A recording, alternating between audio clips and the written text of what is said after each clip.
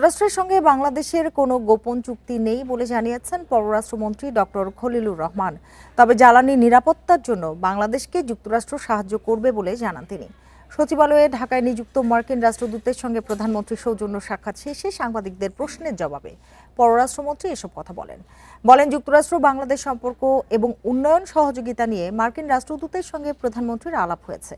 রোহিঙ্গা সংকট মোকাবিলায় যুক্তরাষ্ট্রের চলমান সহায়তা অব্যাহত রাখার বিষয়টি আলোচনায় গুরুত্ব পেয়েছে।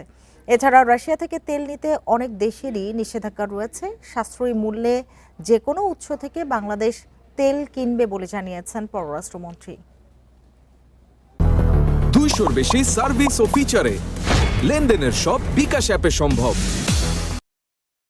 যুক্তরাষ্ট্রের সঙ্গে আমাদের কোনো গোপন চুক্তি নাই।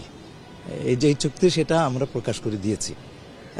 2 নম্বর কথা হচ্ছে যে কেউ বলছেন যে এই চুক্তির কারণে আমাদেরকে আমেরিকার কাছে পারমিশন চাইতে হচ্ছে। একেবারে মিথ্যে কথা। এই রাশিয়ান তেল কেনার ব্যাপারে সব দেশের উপরে রেস্ট্রিকশন আছে, আমেরিকান রেস্ট্রিকশন। সুতরাং আপনাকে সেই রেস্ট্রিকশনের ওয়েভার চাইতে হবে।